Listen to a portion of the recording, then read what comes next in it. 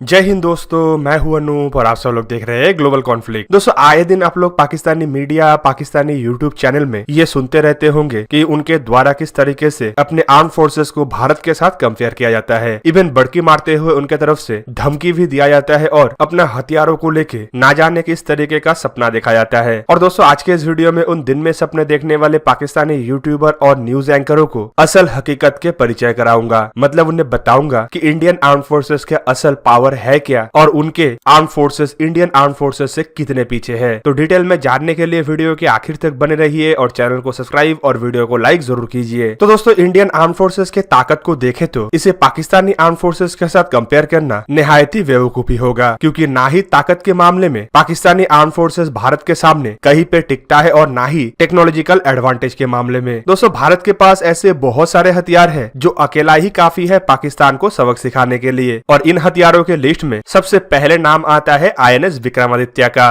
दोस्तों, आईएनएस विक्रमादित्य मतलब Indian navy के एयरक्राफ्ट कैरियर। 2013 में कमीशन हुआ ये एयरक्राफ्ट कैरियर फिलहाल इंडियन नेवी का एकमात्र एयरक्राफ्ट कैरियर है जो आसानी से पाकिस्तानी नेवी को समुद्र में ही ब्लॉक कर सकता है। इवन पाकिस्तानी नेवी के उच्च अधिकारियों ने भी स्वीकार किया है कि इंडियन नेवी के एयरक्राफ्ट कैरियर के पास कराची पोर्ट मतलब पाकिस्तान का एकमात्र पोर्ट को समुद्र से काटने का क्षमता है। दोस्तों, आपके जानकारी के लिए बता दूं कि आईएनएस विक्रमादित्य असल में एक सोवियत ओरिजिन जहाज है जिसे 1996 में सोवियत यूनियन टूटने के बाद रशिया द्वारा एबंडन कर दिया गया था। 2004 में इंडिया द्वारा रशिया से इस जहाज को खरीदा गया और मेजर अपग्रेडेशन के साथ इसे एक फुल ऑपरेशनल एयरक्राफ्ट कैरियर में तब्दील किया गया। दोस्तों, इस जहाज का लंबाई 282 मीटर और वजन करीबन 44,000 टन है और इसके साथ साथ ये करीबन 45 अलग अलग तरीके के हेलीकॉप्टर और एयरक्राफ्टों को ऑपरेट कर सकता है। इंडियन नेवी द्वारा इसमें फिलहाल मिग-29 के जैसे carrier borne twin engine fighter एयरक्राफ्टों का इस्तेमाल किया जाता है। इस जहाज के क्षमता में एंटी शिप, एंटी सबमरीन और लैंड वॉरफेयर तीनों ही है। मतलब तीनों क्षेत्रों में ही ये आसानी से बेहतरीन पंच कर पाएगा, जिससे पाकिस्तानी नेवी के बच पाने का चांसेस लगभग ना के बराबर है। दोस्तों, आईएनएस विक्रमादित्य के अलावा दूसरी तरफ इंडिया द्वारा अपना पहला इंडिजीनियस एयरक्राफ्ट कैरियर मतलब आईएनएस विक्रांत का भी कंस्ट्रक्शन खत्म कर लिया गया। फिलहाल जहाज का सी ट्रायल चल रहा है और माना जा रहा है कि इस साल के अंत या अगले साल के शुरुआती तक इस जहाज को भी इंडियन नेवी में ऑपरेशनली शामिल कर लिया जाएगा। आईएनएस विक्रांत आईएनएस विक्रमादित्य की तुलना में और ज्यादा आधुनिक और क्षमताशाली है। ये भी करीब करीब 40 से 45 एयरक्राफ्ट और हेलीकॉप्टरों को ऑपरेट कर पाएगा और इसका वजन भी आईएनएस विक्रमादित्य के बराबर है। दोस्तों, नेक्स्ट जो हथियार है उसे हम आईएनएस चक्र के नाम से जानते हैं। ये इंडियन नेवी के एकमात्र न्यूक्लियर पावर अटैक सबमरीन है। दोस्तों, आईएनएस चक्र को भी इंडिया द्वारा रशिया से लीज में हासिल किया गया और ये भारी भरकम अटैक सबमरीन के पास इतना क्षमता है कि ये एक ही बार में पाकिस्तान नेवी के ओनली जो 8 फ्रिगेट और 8 सबमरीनों को तबाह कर सकता है। आईएनएस चक्र या फिर अकुला क्लास के इस सबमरीन को रशिया द्वारा 1993 में बनाया गया था, लेकिन 2004 में भारत की तरफ से इसे मॉडिफाई करके लीज में लेने का डिसीजन लिया गया। 2008 में $2 बिलियन की लागत से इंडिया द्वारा इसे रशिया से हासिल किया गया और 2012 से 2022 तक 10 साल इंडिया में ये लीज में ऑपरेट होगा। दोस्तों, आपके जानकारी के लिए बता दूं कि यह न्यूक्लियर पावर अटैक सबमरीन के पास समुद्र के नीचे माइन बिछाने से शुरू करके दुश्मन के जहाज और सबमरीनों को ध्वस्त करने का क्षमता है और परमाणु शक्ति से चलने की वजह से ये सबमरीन अनलिमिटेड टाइम तक समुद्र के नीचे रह सकता है। दोस्तों, इसे ही सबमरीन का सबसे बड़ा खासियत माना जाता है, जिसकी वजह से ये आसानी से समुद्र के नीचे माइन को बिछा के दुश्मन के पोर्ट को ब्लॉक भी कर सकता है। आईएनएस चक्र के पास टोटल 8 टॉर्पेडो ट्यूब है, जिनमें से 4 ट्रेडिशनल 533 मिलीमीटर के टॉर्पेडो ट्यूब है, जबकि बाकी के 4 650 मिलीमीटर के टॉर्पेडो ट्यूब है। दोस्तों, इस जहाज को टोटल 40 टॉर्पेडो ट्यूब लॉन्च हथियारों से लैस किया जा सकता है, जिनमें टॉर्पेडो के अलावा माइन और मिसाइल्स भी शामिल है।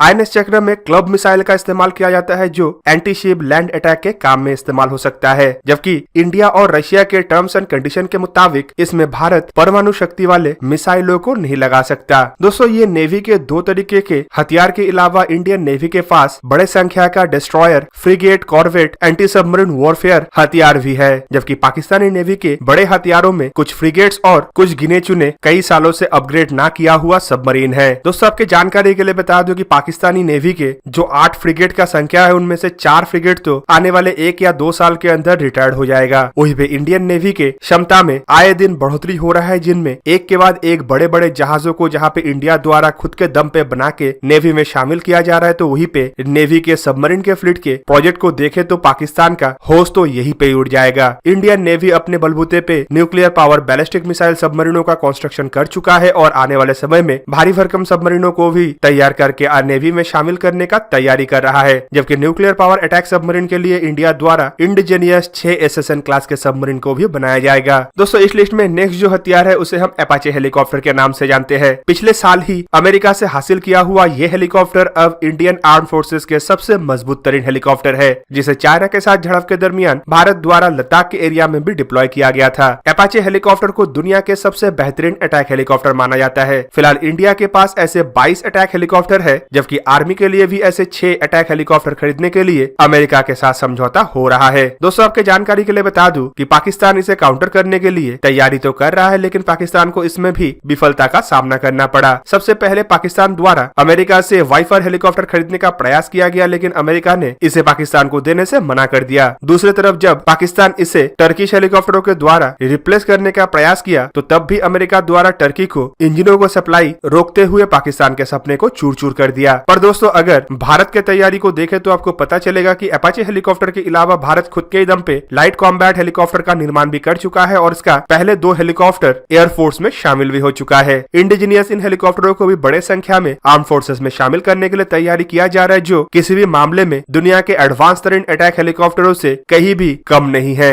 दोस्तों नेक्स्ट लिस्ट में नाम आता है सुखोई 30 MKI का। आप सब लोगों को पता ही होगा कि इंडियन एयरफोर्स के सबसे बड़े और भारी भरकम एयरक्राफ्ट सुखोई 30 MKI है। इस एयरक्राफ्ट को दुश्मन का काल भी कहा जाता है। और दोस्तों ये कहने का असल कारण है एयरक्राफ्ट 2 की कैपेबिलिटी। एयरक्राफ्ट वजन में यहाँ पे भारी है, वहीं पे रफ्तार में भी ये एयरक्राफ्ट दुनिया के बाकी एयरक्राफ्टों की तुलना में काफी आगे है और भारी भरकम हथियार ले जाने का क्षमता इस एयरक्राफ्ट को एक पावर पंच बनाता है। सुखोई 30 MKI ट्विन इंजन वाला एक भारी भरकम multi role air superiority fighter aircraft है, जो ब्रह्मोस जैसे मिसाइलों को भी कैरी कर सकता है। दोस्तों यहाँ पे मैं आपके जानकारी के लिए बता दूं कि पाकिस्तानी एयरफोर्स के पास ट्विन इंजन के फाइटर एयरक्राफ्टों को ऑपरेट करने का क्षमता नहीं है, क्योंकि 2 इंजन होने की वजह से और आकार में बड़ा होने की वजह से ऐसे एयरक्राफ्टों को ऑपरेट करने के लिए काफी ज्यादा बजट का जरूरत होता है। और बजट के मामले में तो आप सब लोगों को पता ही होगा कि किस तरीके से आए दिन पाकिस्तान का तेल निकल रहा है। सुखोई 30 MKI के अलावा इंडियन एयरफोर्स के पास MiG-29 और राफेल जैसे आधुनिकतम ट्विन इंजन फाइटर एयरक्राफ्ट है, जबकि इसके अलावा मिराज 2000, जैगुआर और तेजस जैसे फाइटर एयरक्राफ्ट भी इंडियन एयरफोर्स के शान के हिसाब से देखा जाता है। जबकि पाकिस्तान का एकमात्र एडवांस तरीन एयरक्राफ्ट F-16 है और ये भी बीते 2 दशक से अपग्रेड नहीं हुआ है और इसे भी अपग्रेड करने के लिए पाकिस्तान एक तरीके से अमेरिका के सामने गिड़गिड़ा रहा है। दोस्तों इसके बाद नेक्स्ट है इंडिया के सरफेस टू एयर मिसाइल या एयर डिफेंस सिस्टम का बारी। आप सब लोगों को पता ही होगा कि इंडिया अपने हवाई सुरक्षा को और मजबूत करने के लिए और दुश्मन के मिसाइलों को काउंटर करने के लिए एक तरीके से एयर डिफेंस शील्ड का तैयारी कर रहा है, जो आने वाले समय में इंडिया को 100% full proof air defence zone के अंदर लाएगा, जो पाकिस्तान के चिंता का विषय बना हुआ है। दोस्तों पाकिस्तान इंडिया के ऊपर बढ़ोतरी अपने परमाणु हथियार और बैलिस्टिक मिसाइलों के द्वारा करना चाहता था, जो एक तरीके से देखे तो भारत के मिसाइल के बराबर का तो नहीं है, लेकिन फिर भी इससे एक तरीके का खतरा बना हुआ था। पर इंडिया के ballistic missile defence shield Pakistan का ये भी क्षमता को न्यूट्रलाइज कर दिया और इसी की वजह से आए दिन पाकिस्तान मीडिया में रोता भी रहता है कि इंडिया का ये ballistic missile defence shield balance of power को इंडिया की तरफ शिफ्ट कर रहा है। और दोस्तों यही रोना पाकिस्तान द्वारा इंटरनेशनल मंचों में भी रोया जाता है। दोस्तों पाकिस्तान चाहता है कि वो भारत के ऊपर हमला करने के लिए अपना तैयारी करे, लेकिन भारत पाकिस्तान के इन हमलों को रोकने के लिए तैयारी ना करे। और इस तैयारी के तहत जब से भारत द्वारा S-400 और अपना BMD सिस्टमों को तैयार किया जा रहा है, तो पाकिस्तान तब से ही दूसरे देशों के सामने अपने हाथ पैर जोड़ रहा है। दोस्तों इंडिया और पाकिस्तान के हथियारों के कंपैरिजन में देखें तो भारत के पास इसके अलावा भी कई सारे आधुनिक और बड़े हथियार है, जो पाकिस्तान के हथियारों के मुकाबले में ताकतवर तो है ही, साथ में अकेले ही दम रखता है पूरा का पूरा पाकिस्तान के आर्म फोर्सेस को तबाह करने का। पर फिलहाल इन कुछ हथियारों के ब्यूरो से ही उन पाकिस्तानी एंकरों और यूट्यूबरों को पता चल गया होगा कि भारत का क्षमता क्या है और उनके द्वारा पाकिस्तानी जनता को जो बेवकूफ बनाने का प्रयास किया जा रहा है उसका असल हकीकत क्या है। तो दोस्तों ये था आज का वीडियो। अगर आपको वीडियो अच्छा लगा तो उसे लाइक कीजिए और मेरे चैनल को सब्सक्राइब कीजिए और साथ में बना हुआ बेल आइकन को भी प्रेस कर दीजिए ताकि आप मेरा वीडियो देख पाए सबसे पहले। जय हिंद।